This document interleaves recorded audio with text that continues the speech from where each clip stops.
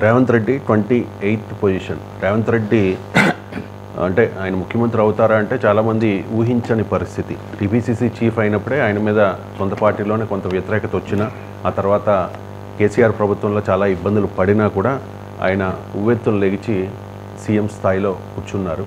కాంగ్రెస్ పార్టీని తెలంగాణలో అధికారంలోకి తీసుకొచ్చారు. రేవంత్ రెడ్డికి 28th పొజిషన్ వచ్చింది. అంటే రేవంత్ రెడ్డి మీకు 28 పొజిషన్ మీకు అది నెంబర్ సంఖ్య ర్యాంక్ ఇష్యూ కాదు. ఎందుకంటే ఆయన ఫస్ట్ టైం ముఖ్యమంత్రి అయ్యాడు. చాలా రిమార్కబుల్ జర్నీ కదా. 2007లో ఎమ్మెల్సీ అయ్యాడు. అంతకుముందు ఒక జెడ్పీటీసీతో మొదలయ్యాడు.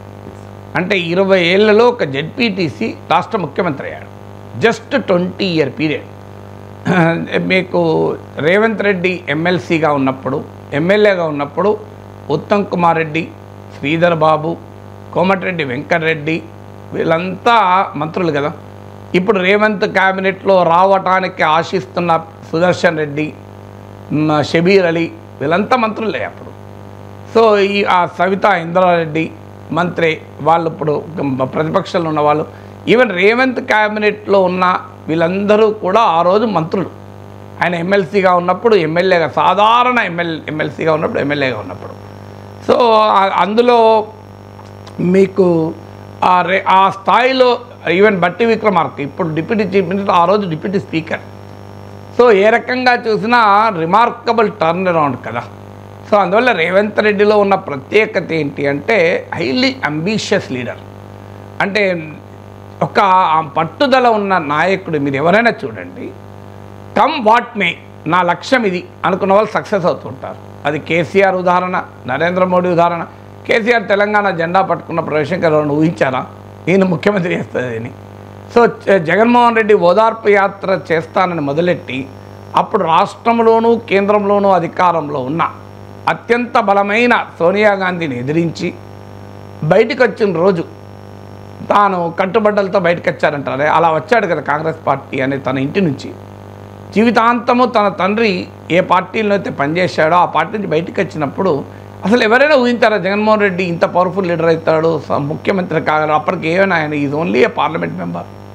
అది కూడా రాజశేఖర్ రెడ్డి వల్ల తండ్రి చాటున ఉన్న ఒక ఎంపీ. పోనీ ఆ తండ్రి సానుభూతి అదంతా ఉపయోగపడింది అనుకుందాం. అయినా కూడా ఆ స్థాయిలో నిలబడ్డాడు కదా. 4+4 ఆఫర్. మొదటిసారిగా కంట్రీ డిలైట్ పాలని 4 రోజులు ఆర్డర్ చేసిన వాళ్ళకి మరో 4 రోజులు ఫ్రీ. ఇంకెందుకు ఆలస్యం, యాప్ని డౌన్లోడ్ చేసుకోండి. Download the country delight app now. So అందువల్ల అలాగే మీకు చంద్రబాబు నాయుడు మీకు అత్యంత తీవ్రమైన ఆటుపోట్లను కూడా ఎదుర్కొని పైకి లేసిన చరిత్ర చంద్రబాబు నాయుడు. సో ఇలా ఒక నరేంద్ర మోడీ ఎన్ని రకాల దాడులను ఎదుర్కొన్నాడు, అవమానాలు ఎదుర్కొన్నాడు, ఆరోపణలు ఎదుర్కొన్నాడు. అమెరికా లాంటి ప్రభుత్వం ఆయనకు వీసా ఇవ్వనున్నది.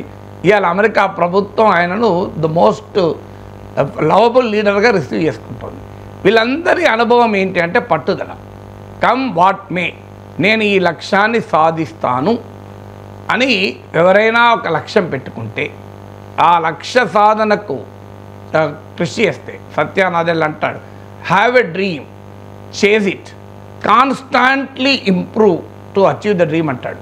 బహుశా రేవంత్ రెడ్డి సత్యానాదెల్ అన్నది ఇది ఇన్ని చేసి ఉండాడు ఆయన ఈ మధ్య అన్నాడు. కానీ హ్యావ్ ఎ డ్రీమ్, రేవంత్ రెడ్డికి ఒక డ్రీమ్ ఉంది, ముఖ్యమంత్రి కావాలి. మంత్రి పదవి కూడా కాంప్రమైజ్ కాలేదు. నాకు తెలుసు ఆయన కేసీఆర్ క్యాబినెట్ నుంచి పార్టీ నుంచి ఆయనకు ఆఫర్లు వచ్చినా కూడా తీసుకోలే. కావాలనుకుని ఆయన కేసీఆర్ ప్రభుత్వంలో ఎప్పుడో మంత్రి అయ్యేవాడు, ఎన్నడో మంత్రి అయ్యేవాడు. లేదు నేను ముఖ్యమంత్రి అవుతా, ఇంకా వేరేది కాను. నాకు నేను ఇప్పటికి చెప్పాను కదా, నేను ఎమ్మెల్సీగా ఉన్నప్పుడు నా బెంచ్ మేట్ కదా. సో నేను సీఎం అవుతాను సార్ అన్నాడు రోజు. నువ్వు ఎట్లా సీఎం అవుతావయ్యా, నువ్వు తెలుగుదేశం పార్టీలో ఉన్నావు, తెలుగుదేశం పార్టీలో చంద్రబాబు నాయుడు సీఎం అవుతాడు, ఆయన తర్వాత నా కొడుకు సీఎం అవుతాడు తప్ప నువ్వెందుకు అవుతావు అన్నా నేను. సో అంటే లేదు సార్ నాకు అదంతా తెలియదు సార్, నేనైతే అవుతా సీఎం అన్నా అన్నాడు. సో నేనైతే అవుతాన్నా, నువ్వేమన్నా నాకు అదంతా తెలియదు, కావాల్సిందే అన్నాడు. సో అనూహ్యంగా ఎవరు ఊహించారు రాజకీయ పరిణామాలు ఇడిదిరిగి భీష్మ, ద్రోణ, కృపాచార్య, అశ్వత్థామ లాంటి మహావీరులు కర్ణులు ఉన్న కాంగ్రెస్ పార్టీలో అభిమన్యులాగా పైకొచ్చి, అభిమన్యుడన్నా దెబ్బతిన్నాడు కానీ రేవంత్ రెడ్డి దెబ్బతినలే కదా. నేను ఎందుకు అభిమన్యుతో పోల్చాను అంటే మీకు అన్ని దాడులే కదా రేవంత్ రెడ్డి పైన. పీసీసీ ప్రెసిడెంట్ అయితే ఇవాళ ఆయన క్యాబినెట్లో ఉన్న వాళ్ళు 50 కోట్లు ఇచ్చి పీసీసీ పదవి తీసుకున్నాడని ఆరోపించారు. టీటీడీపీగా చేస్తున్నారు దీన్ని అని ఆరోపించారు. ఎన్ని రకాల ఆరోపణలైనా పీసీసీ ప్రెసిడెంట్ ఎన్నుకున్నాడు. కానీ ఏమైంది లాస్ట్కు? అల్టిమేట్గా ఆయన చీఫ్ మినిస్టర్ కాగలిగాడు. సో అందువల్ల అది మామూలు డిటర్మినేషన్ కాదు కదా. ఎన్ని దాడులు ఎదుర్కొన్నాడు. మొన్న అసెంబ్లీలో చెప్పాడు కదా, 14 ఏళ్ళు చెల్లో పెట్టారు, నానా కష్టాలు పెట్టారని కూడా. కూతురు పెళ్ళికి కూడా నన్ను అటెండ్ కానించడానికి ఇబ్బందులు పెట్టారు అని ఒక్కరు కూతురు అనుకుంటాను. సో ఎంత బాధ ఉంటుంది ఎవరికైనా. సో ఆ పట్టుదల ఆయనలో ఉన్న ప్రత్యేకత అది నెంబర్ 1. నెంబర్ 2 ఏంటంటే సరైన సమయంలో సరైన నిర్ణయం తీసుకొని పనిచేయడం. రాజకీయాల్లోనే కాదు, ఎక్కడైనా గుర్తుపెట్టుకోవాల్సింది, opportunities rarely come, when they come you have to grab them with both the hands. అవకాశాలు చాలా అరుదుగా వస్తాయి, వచ్చినప్పుడు 2 చేతులా లాక్కోవాలి. అది ఎవరైనా సక్సెస్ కావడానికి ప్రత్యేకత. సో కరెక్ట్గా పీసీసీ ప్రెసిడెంట్ అవకాశం వచ్చింది, దాన్ని సమర్థవంతంగా ఉపయోగించుకున్నాడు. ఇప్పుడు ముఖ్యమంత్రి కాగలిగాడు. సమస్య ఏంటంటే ఇప్పుడు సమర్థవంతంగా ఉపయోగించుకుంటే చరిత్రలో నిలబడతాడు. ఇంత చిన్న వయసులో అవకాశం వచ్చింది. ఇప్పుడు గనక పట్టాలు తప్పితే ఆయన నిర్మించుకున్న రాజకీయ చరిత్ర ప్రశ్నార్థకమవుతుంది. అందువల్ల ఇప్పుడు ఛాలెంజ్ ఇది.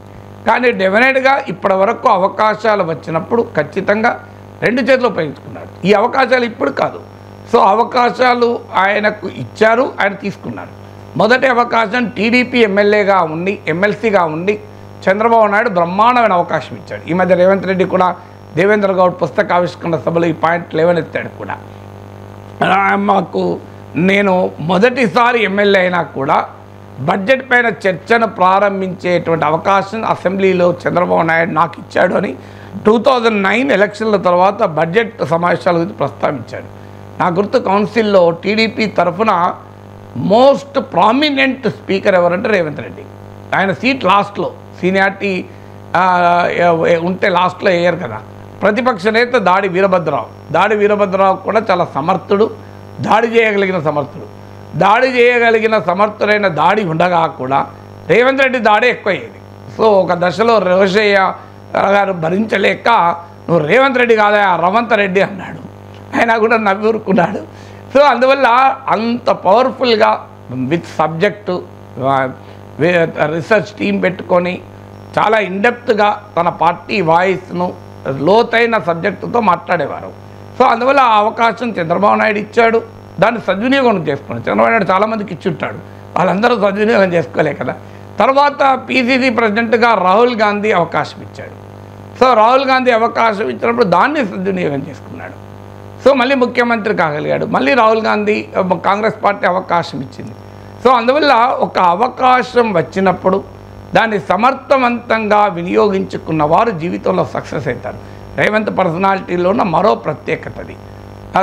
నెక్స్ట్ పాయింట్ ఏంటంటే ఒక లక్ష్యం పట్ల సింగిల్ మైండెడ్ గోల్. నేను ఇంత మొదట్లో చెప్పాను చూడండి, ఈ లక్ష్యం సాధించటానికి తాను ఏవి చేయాలో అవి చేయగలగడం. ఏ స్థాయిలోనైనా ఎన్ని విమర్శలైనా ఎన్ని అడ్డంకులైనా వెరవకుండా బెదరకుండా ముందుకే సాగడం. సో మీరు అందరు సక్సెస్ఫుల్ లీడర్స్లో ఇది కనబడుతుంది. మామూలు కాదు. ఇప్పుడు కేసీఆర్ లైఫ్ తీసుకోండి మీరు. 2 లక్షల మెజార్టీతో కరీంనగర్లో ఉప ఎన్నికల ఎంపీ గెలిచిన కేసీఆర్ నెక్స్ట్ టైం 20,000 మెజార్టీతో గెలిచాడు జీవన్ రెడ్డి చేతిలో.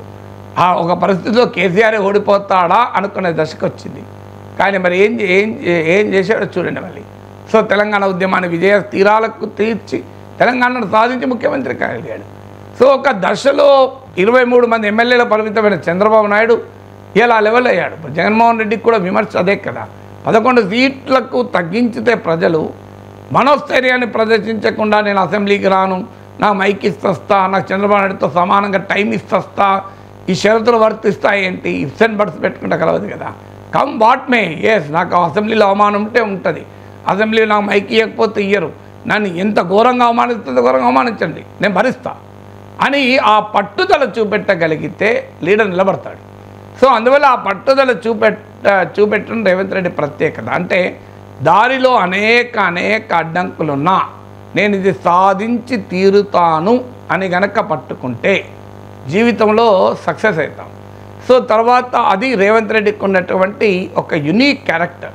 సో ఆ యునిక్ క్యారెక్టర్సే రేవంత్ రెడ్డిని ఈ స్థాయికి ఇంత చిన్న వయసులో రాజకీయాల్లో తెలుగుదేశంలో పుట్టి, ఆ మాటకైతే తెలుగుదేశంలో కాదు, మొదట్లో టీఆర్ఎస్ జడ్పీటీసీ ఇండిపెండెంట్గా గెలిచాడు, కానీ అంత కార్యకర్తగా ఉన్నప్పుడు టీఆర్ఎస్తో కూడా ఉన్నట్టున్నారు.